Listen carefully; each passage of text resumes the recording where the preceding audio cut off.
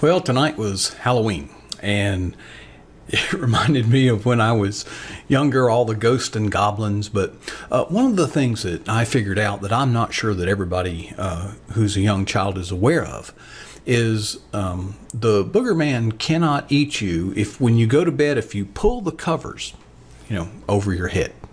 Booger man can't get to you. It's a fact. Look it up. Google it. It's a fact.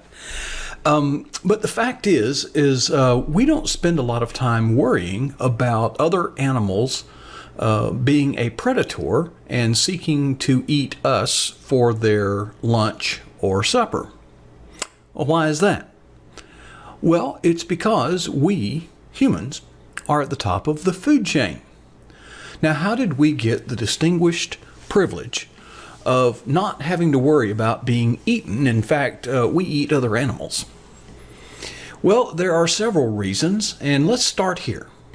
God, not evolution, said so. You see, when God made the lower animals, he made them very different. When he made mankind that is, he made us in his own image. Now, let's look at some of the characteristics of lower animals. Lower animals, like dogs and cattle and things like that, do not stand and walk erect, generally. Okay? And as such, they don't have an upward gaze.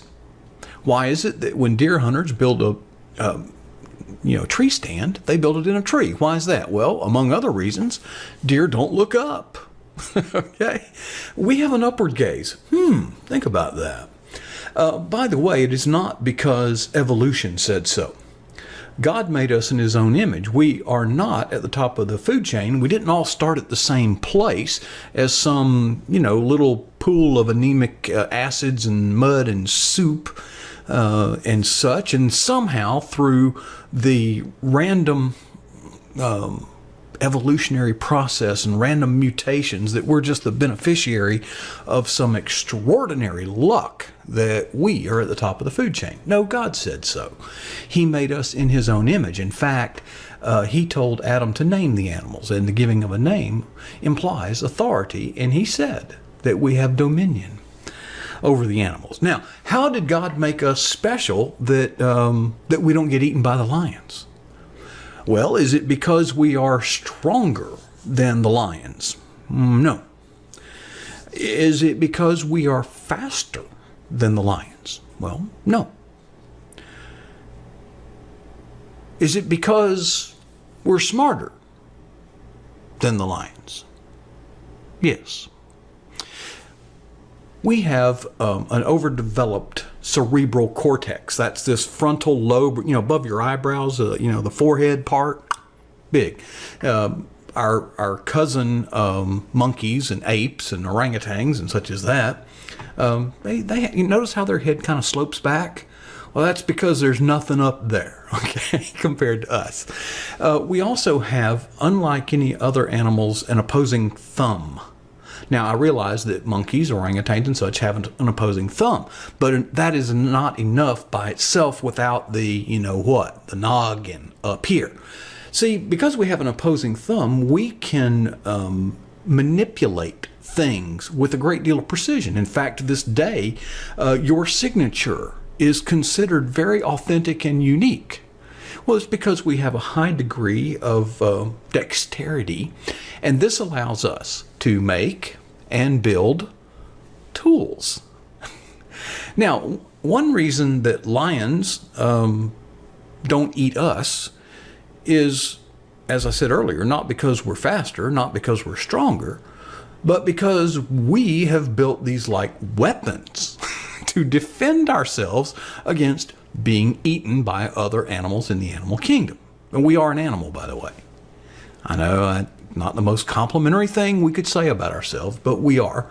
Among other things, we are a mammal, an animal. Now, what did we do with this dexterity, this opposing thumb? Well, we started to use levers, okay, to give us mechanical advantage over our environment, where we could move things that we couldn't move before. We started using wheels and other simple tools tools.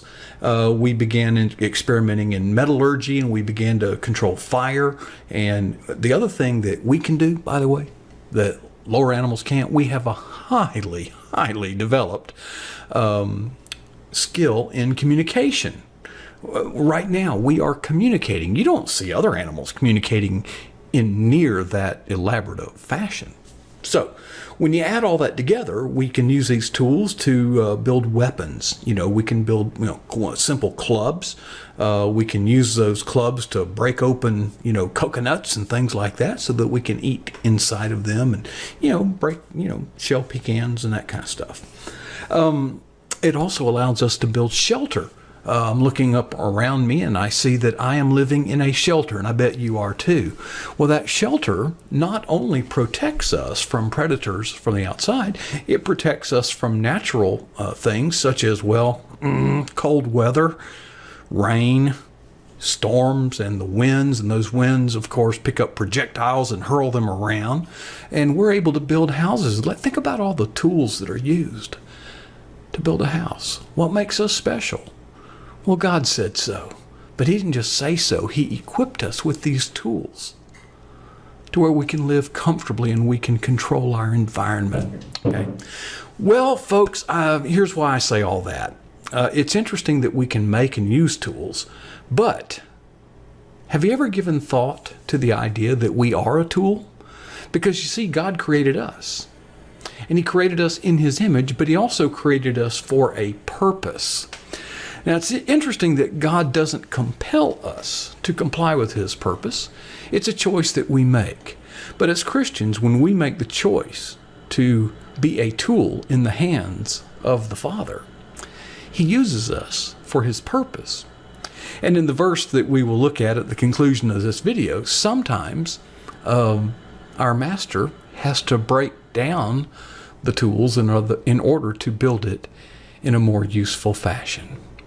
Well, that's what I've been thinking about today. I hope that you've had fun sharing what we are observing about mankind and making and using tools, opposing thumbs, cerebral cortex, highly developed communication skills, but most importantly, we are created in God's image. Thanks for sharing your time today.